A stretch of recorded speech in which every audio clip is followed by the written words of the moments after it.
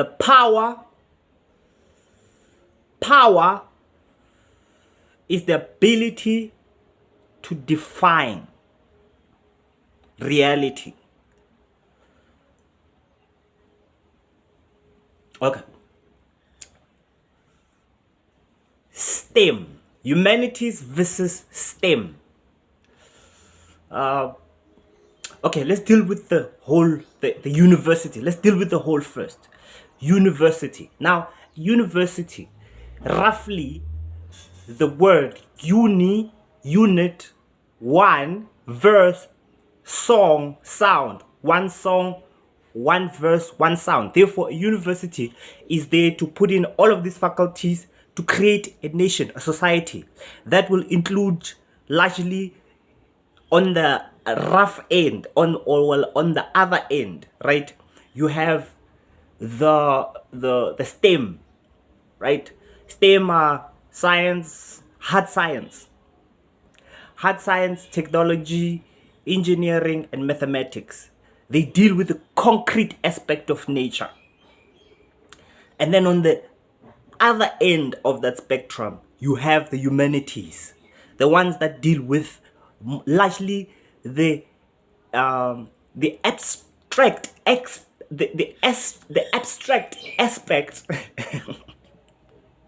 the abstract aspect of humanity, the intangible part, the theoretical, largely speculative part. And that's why they keep taking the word science.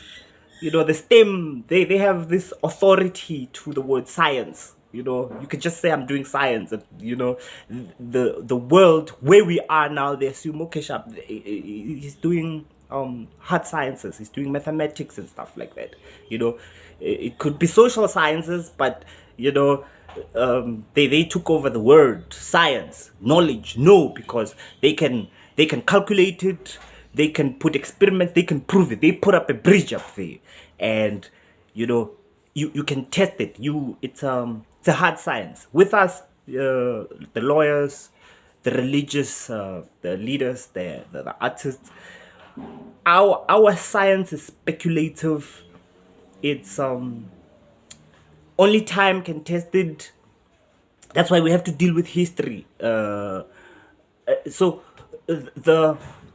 we deal with the most complicated part of the human aspect, because you see, the law of boiling water stays the same, but the mind of a human being is one thing that changes all the time, and it's the most unpredictable thing. You know, a STEM student knows if you heat up the water, and they can do the calculations and name it however they want to name it and use their jargon, the water is going to boil. But with the humanities, we have different religions. We have different approaches to psychology. We have different law systems, and they all are experimental. And so it's a lot of argument, it's a lot of speculation, it's a lot of more of a trial and error. It's more, but it is more. So put it this way, back to the university. The one thing that I think was intentionally done upon, was intentionally pushed upon society, was to break, to fragment that universe, that university, that universal mind. Because now when you're dealing with these extremes, I know there's commerce and yes, other divisions, but I'm just dealing with these two polar faculties in universities, in the educational academic space. University, therefore, you know, in the olden schools, like the Egyptian mystery schools, or most of the indigenous schools, only a few were taught. That's because when they came out of there, they would be priests. They would be a priest is not necessarily, you see, a priest can be a priest of any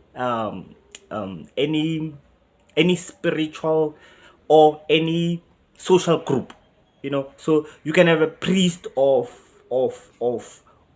some traditional religion, You see, the word priest is not necessarily ecclesiastic.